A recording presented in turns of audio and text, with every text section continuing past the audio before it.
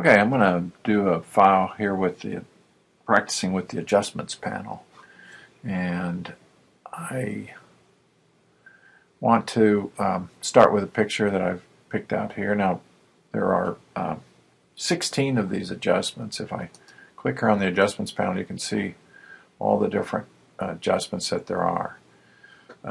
5, 10, 16 different types. That means we need to provide for 16 different images, all of them with adjustment layers and labels and all that. And so I think I'll do is I'll divide it up, and I'll put the original image plus 8 on one file, and the original image plus the other 8 on another file. So that means I'm going to need 9 altogether, and so I think I'll do that with my Rock Cliffs image that you see here. Okay, so I'm just going to make a bunch of copies here. There's 1, 2, 3, 4, 5, 6, 7, 8, 9. I'm going to need 9 on this file, and so we'll just start there. Now, for this one, we did it approached it a little bit differently. Instead of moving them apart and having the white background, we went ahead and unlocked the original base layer down here where it says background. I just double click, and I'll just leave it named the way it is here. Actually, you know what, I can call it, I'll just call it original not adjusted image. Okay, so there we've got that. And now I'll make it a little smaller. I'll go to my crop tool, and I'll do the things that we have done before. This time I want to make sure that I have space for 9 altogether. So I think I'll put 1 at the top, and then 4 below that, and then 4 below that. Let's see if I can do that. I'm just going to go ahead and make this a little bigger this way. I'll make it bigger this way, enough that I could have, let's see, there's 2 rows. I'll make it so that there's enough space for 3 rows going this way. Okay, along with space for 3 images across. The rule of thirds frame that we have up here is really intended as a compositional aid, but for this, you can see if we need 3 here, let's see, is that going to do it? Yeah, we need 3 here, and 3 here, and 3 here. Okay, that'd be 9. Then we'll have enough space for them, and that rule of thirds grid actually helps us out here. I'm just going to commit to that. Okay, now as far as springing these over, if you've got your auto select turned on up here, and remember you can just point at a layer now and it selects, and I'll do it the way we've kind of done it here in the past few days. I'm just going to click and drag, I'll hold the shift key down, provide a little space in between, and then I'll continue to hold the shift key down and provide a little space in between. Okay. Then with the shift key continuing, I'll bring these 3 down.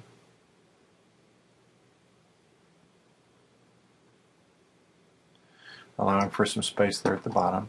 I'm going to deselect, and I think I'll take a little more space this direction for this image, and I'll center this one up. Now there is up here, if we select those 3, and I'll just select those 3, you can see them select over here. There is a distribute button like there is in Illustrator. That'll make them evenly spaced. Let's see, I really need to get this one over just a bit more. Okay, maybe this, I think that one's okay. Okay, so this one really kind of closer to the edge. Select these 3, and if I click right here, you'll see the center one adjust. That's what distribute does for you. Okay, back to these, I'm going to select here. Now you see that one's selected.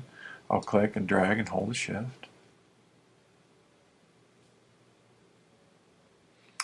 I'll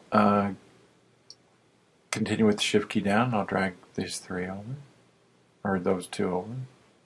Then with the shift key, continuing with the shift key down, I'll drag this down. And try to provide some space in between there for for captioning. And again, I didn't quite get it right, so I'll just tap this over. Whoops, did that wrong. Let me bring those back down. Try that again. I kind of got ahead of myself there a little bit. I'll bring this one over so it's lined up with the one below. And that one looks like it's lined up. I'll select these three and I'll distribute them evenly. You can see the center one in the middle move. Okay, I'll try to bring this one over and see if I can line it up a little better this time. Pull the shift key down. The grid in the background actually helps, and you can get it lined up pretty well by just looking at the grid in the background. Continuing with the shift key down, I'll just drag these over like this. And you can see maybe there that I managed to get those a little straighter that time. Now the row in the middle looks like it's down a little bit, so I'll just select this way and tap it up with my arrow keys so that the spacing between the rows is about the same here. Bring that up a little bit. And I want these to have a little more space below them. I could even go so far as to count these little grids down here. 3, 6. There's 3, 6. That's pretty close. 3, 6. Pretty close. Okay. So I've got the even spacing at the top and the sides. If you need, you can move the whole thing. Looks like I can tap once or twice and maybe center that up like that. Okay. So I've got all 9 of them. The one that's left up here is actually this one.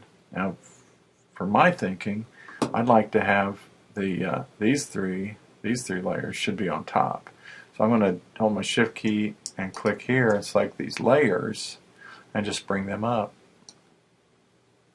Now they're at the top. Now these are at the bottom. These should be in the middle. So I'll just take this one and shift and bring these down to the bottom. Now likewise, I'd like for this one to be up.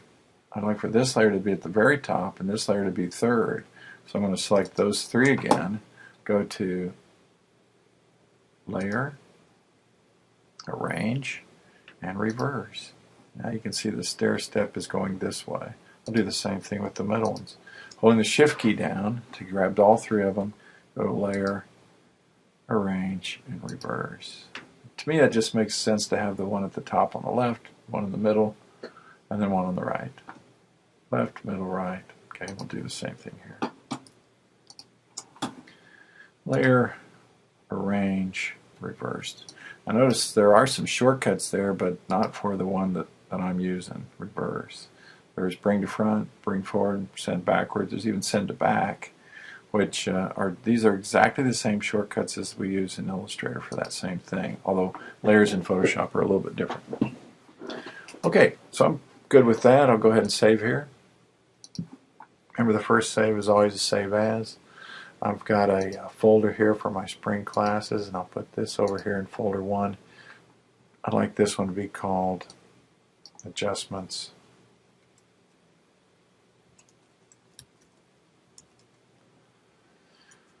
Adjustment _ layers. Now I started one earlier, but I think I'm just going to write over it, give it a number 1, so it's got the same name as this one. I'll go ahead and save here. It's going to ask me to replace, and I'll say OK. For you, if it's the first time, you won't have that. All right, so here's my original. It has nothing adjustment-wise done to it, and so I'm just going to go ahead and add a type layer here above it. I'll go over here to my type tool, click, double check to see that my colors are correct, and I'll click right here, and I'll just put that this is the original, not adjusted image. Now, I just remembered that I don't have a background. I meant to add a background layer here, so I'm going to do that next. All right, there you can see my layer, and this is the layer right below it. I'm going to add my background color, then I'll come back to these. To add the background color, I can just use white, or you can use any color that you see up here. I'm going to click on the very bottom layer, and then I'm going to click right here. If If you look right there, there's a little button that works well for this. Actually, I'm sorry, it's right here. It's this one right here. It says Create New Fill. So I'm going to click right there. Choose from the very top choice. I'm going to pick Solid Color. Okay, so I'm adding a solid color. You can see that it's added in there. And now it defaulted to black, probably because I had black forward over here. But you can type in a hexadecimal equivalent if you like. Remember FFF if you're white. Or you could pick from a color that's already on the screen if you like. Maybe something in this range, or even a black. Okay, I'm going to see what that looks like. Maybe so, but I think I'm just going to stick with white this time. Okay. Now, that layer came in above the last layer. That's just the way Photoshop works. So I'm going to return this bottom layer up above it. Now I'm also going to take this layer and I'm going to lock it. There's a lock right here. I'm going to go ahead and lock that. The reason I'm locking it is because I don't really want to select it. I'm going to be clicking in this white area quite a bit. And when I click there, I'd like for it to just deselect. You can see that's what it does now. If I click in the white, it just nothing is selected. Okay, so perfect. All right, so here's our backup here to our original. I'm going to click on this layer. That's the image layer. And I'm going to click right here. That's the type layer. Remember, we're not adding an adjustment on this. With those two layers selected, I'll press Command G. Command G will create a group. And I'll just name this one Original. Okay, good. And I'm going to click on the next layer, the next image down, and that is this one. Okay, so I'm going to just undo that. Okay, for this, we'll go to our adjustments panel, and here's where we start making our adjustments. We just go straight through the list here, and we'll do the first 8 on this page. Okay, so I'm going to click here for brightness and contrast. The way it works is it pops out the properties panel. You can make your adjustments. You see it's a slider here. Now there is there's an auto button that may have some effect. Let's see if it's going to do anything here. Okay, we're waiting for the adjustment to come into place. You can see it adjusted it just slightly. Not much. I'm going to undo that. And I'm just going to use my sliders instead because I can see a bigger change here. Now you may notice as I'm moving these that everything else is changing too. That's because adjustments will adjust everything below them in the layers panel. So I'm going to, with a click of this button right here, you can make it so that this adjustment affects all layers below clip.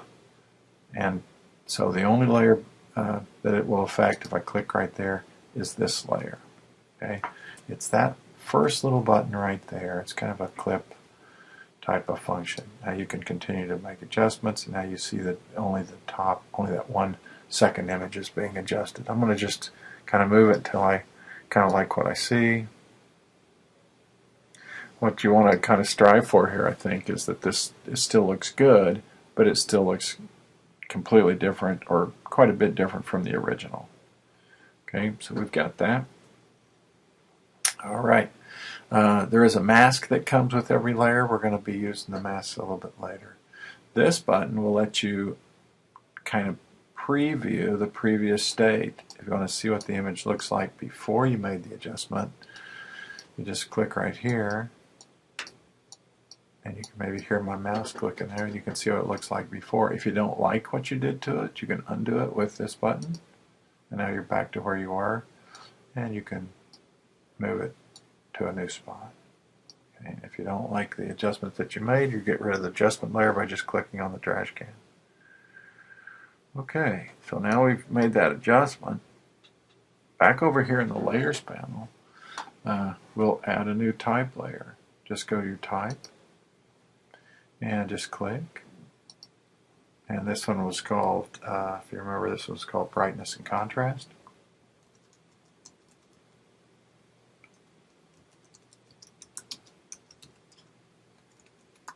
Okay.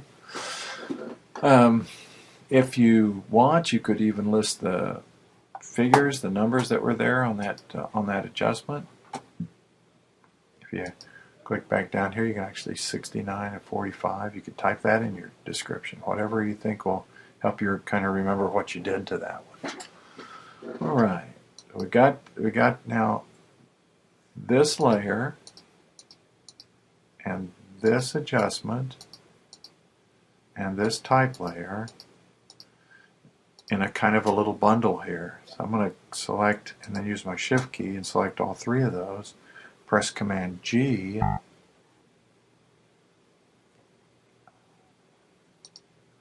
Let me fix this real quick. Okay.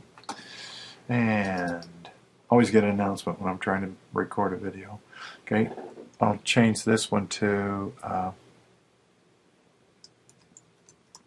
brightness and contrast. And you can see that now in that group is all those layers bundled in there like that. If you need to get back to access one of them, you just turn the little down key. This is just a way to keep your layers from being so long, your layers panel. Okay, I'm going to click on the next one and we'll add the next adjustment. Okay, the next adjustment is called levels. And levels has a little slider, you can see here, that will adjust the image. It's adjusting all the images below like we kind of expect it to until I click right here. And now the others are unadjusted. There are some drop downs where you can adjust just the individual color, or the whole color. There are some presets here which work kind of well. And you could try those. Or you can just simply move the slider and get the effect that you want. If you want it to go darker, I like to use the middle slider here, but you can also use these sliders. You can take these so far that it makes the image look odd, and so you might want to try to avoid that. There's a pair of sliders down here that just adjust the light and the dark. You can also use eyedroppers where you actually eyedropper off a part of the image, say the dark part and the light part, and you can get a certain kind of effect that way. Okay. And like I said, just try to find something that looks good, but looks distinctly different than the original. Okay, and that's what I'm trying to do here. Okay, so I'll see if I like that adjustment. That looks good. Okay. But I forgot to mention this little button here will reset the settings to the original settings. So if you ever need to go back and start over, we're going to be working with the mask later. Masks are a way of blocking part of this effect on that layer. And so we'll look at that as we go a little further into it. Okay. All right, I'm going to now go straight to my type tool, and I'll click. And I don't see my cursor. There we go. And this was levels with mid-range, darker. Anything you want to do to kind of help you remember what you did on that one. Okay, I'm going to go ahead and save here, and I'm going to kind of maybe check my time. I'm already pretty far into this, so why don't I just say that we'll do the whole thing that same way. You may want to select your layer, your type, and try to make them so that they look nice and neat. I can make them so they align. Looks like I clicked in the wrong spot there. Let me click here. Oh, I see what I'm doing. I'm clicking on the folder. Okay. So now I've got just my type layers, and I can line them up so that they're aligned at their tops. You may find other adjustments that need to happen here as you click on these parts of the image. Okay. And get your type lined up well with your image. And save. And you'll just continue through that whole list for the first 8. 1, 2, 3, 4, 5, 6, 7, 8. The last one down here will be black and white. Okay, we'll be doing these in class in the same manner.